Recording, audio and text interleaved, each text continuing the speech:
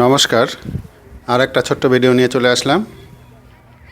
তো পিছনে মন্দিরটা দেখে বুঝতে পারছেন মায়াপুরের ইসকন মন্দির। এইবার আমরা গেছিলাম মায়াপুর, বালুরঘাট থেকে মায়াপুর আমরা নিজের গাড়ি নিয়ে গেছি। আমি, মিসেস আর আমার মেয়ে ছিল। আমরা সকালবেলা মোটামুটি ভোর 4টার দিকে বেরিয়েছিলাম, 11টার দিকে পৌঁছে গেছে, মাঝখানে দাঁড়িয়েছিলাম। তো মায়াপুরে পার্কিংয়ের সুন্দর জায়গা আছে, গাড়ি পার্কিংয়ের কোনো অসুবিধা নেই, প্রচুর গাড়ি একসঙ্গে থাকতে পারবে। আর এখানে পার্কিং ফিস 150 টাকা 24 ঘন্টার জন্য। আপনার 24 ঘন্টা রাখলেও 150 টাকায় দিতে হবে, 4 ঘন্টা রাখলেও 150 টাকায় দিতে হবে। কিন্তু গাড়ি পার্কিংয়ের কোনো অসুবিধা নেই, প্রচুর জায়গা। গাড়ি পার্কিং করে এখানে হোটেল পাবেন না, হোটেলের জন্য আপনাদের বাইরে আসতে হবে। কিন্তু কোনো অসুবিধা নেই, এখানে টোটো সার্ভিস আছে, আপনাদের লাগেজ নিয়ে আসতে কোনো অসুবিধা হবে না। এই টোটোগুলো মন্দিরের ভিতরেই চলে, মন্দির থেকে কিন্তু বাইরে যাবে না, গেটে আপনাকে নামিয়ে দেবে। তো আমরা একটা টোটো ভাড়া করে নিয়েছিলাম, টোটো করে গেটে নামিয়ে দিল। একটু দূরেই হয়, প্রায় হাফ থেকে 1 কিলোমিটার হবে। লাগেজ নিয়ে হেঁটে যেতে পারবেন না। তো গেটের সামনে আমরা লজ নিয়েছিলাম, একদম মায়াপুর মেন গেটের সামনেই, মানে মন্দিরের গেটের সামনে আমাদের লজটা ছিল। লজটির নাম ছিল গিরিধারী। প্রচুর ঘর আছে, আপনারা যেমন ঘর নেবেন, আমরা যেমন 1000 টাকার ঘর নিয়েছিলাম। একদম মায়াপুর গেটের সামনেই দেখতে পাচ্ছেন, এখান থেকে মায়াপুর মন্দিরটাকেও দেখতে পাচ্ছেন।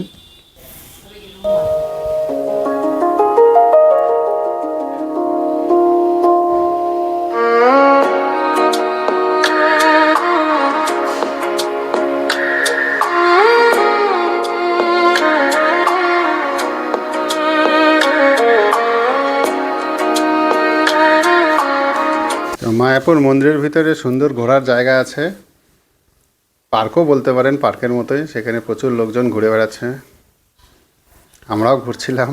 পিছনে একটা ফোয়ারা ছিল, খুব সুন্দর লাগছিল। আপনাদের খুব ভালো লাগবে, বা বাচ্চারাও খুব এখানে খেলা করছিল। বসার জায়গা আছে সুন্দর সুন্দর, কোনো অসুবিধা নেই।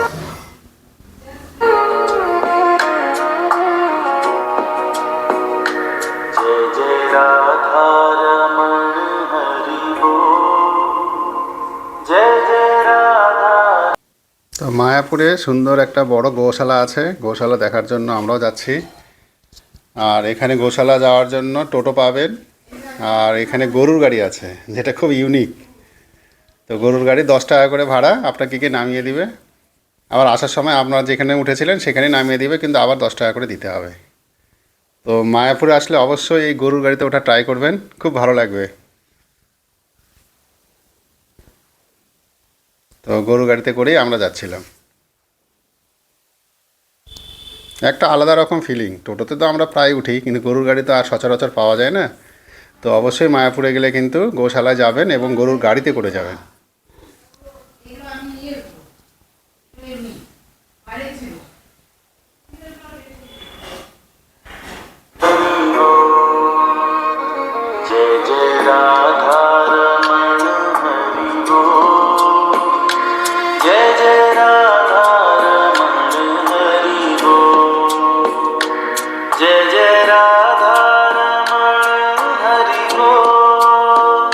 তো দেখতেই পাচ্ছেন গোশালাতে কত লোকের ভিড়।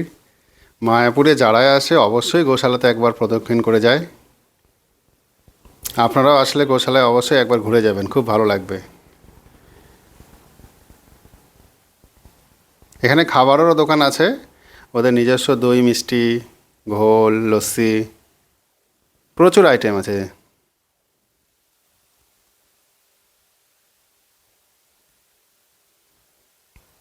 আরও অনেক কিছু বিক্রি করছে, ধূপকাঠি।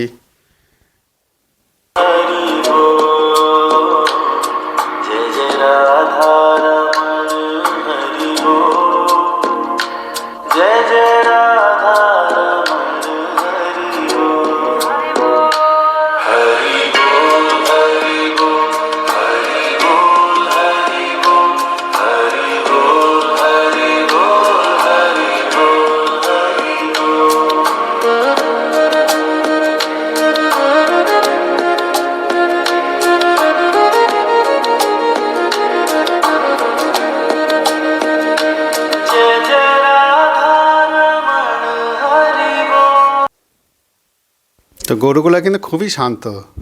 আপনারা মাথায় হাত দিন, কিচ্ছু করছে না, কিছু বলছেও না। খুব ভালো লাগলো গরুগুলো দেখে। গোশালায় অবশ্যই যাবেন, খুব ভালো লাগবে।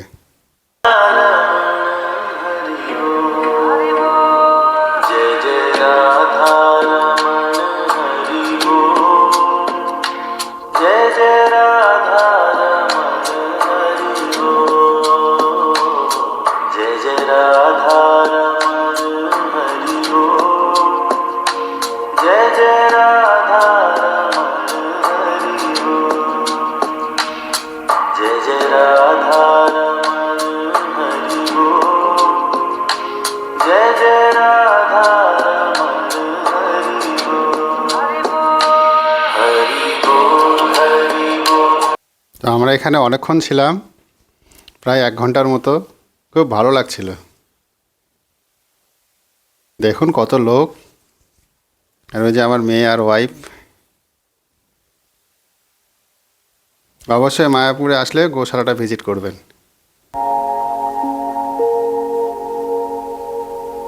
তো এখান থেকে আমরা চলে গেলাম মায়াপুরের মূল মন্দিরের দিকে। তো ওখানে যেতেই দেখলাম ফলের একটা দোকান, সেখানে খুব সুন্দর জুস তৈরি করে দিচ্ছিল এবং ফ্রেশ একদম, কোনো কিছু মিশ্রণ ছিল না। 60 টাকা করে নিচ্ছিল। আপনি মৌসুম্বি আছে, পেঁপে আছে, তরমুজ আছে, কমলা লেবু আছে। আমরা কমলা লেবু নিয়েছিলাম। খুব ভালো, খুব ফ্রেশ, অবশ্যই খাবেন। এবং খুব হাইজেনিক মেনটেন করছিলেন। আর এখানে একটা থিয়েটার, আই লাভ মায়াপুর লেখা আছে।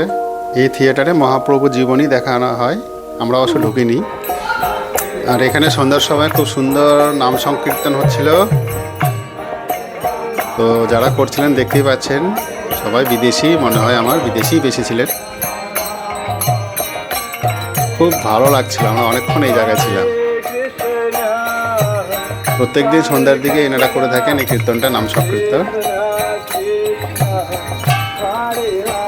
তো মায়াপুরে আসলে অবশ্যই সন্ধ্যার দিকে কিছুক্ষণ থাকবেন, তাহলে এই কীর্তনটা আপনারা দেখতে পাবেন। খুব ভালো লাগবে। তো ভালো থাকবেন। এই ভিডিওটা এখানে শেষ করছি। নমস্কার।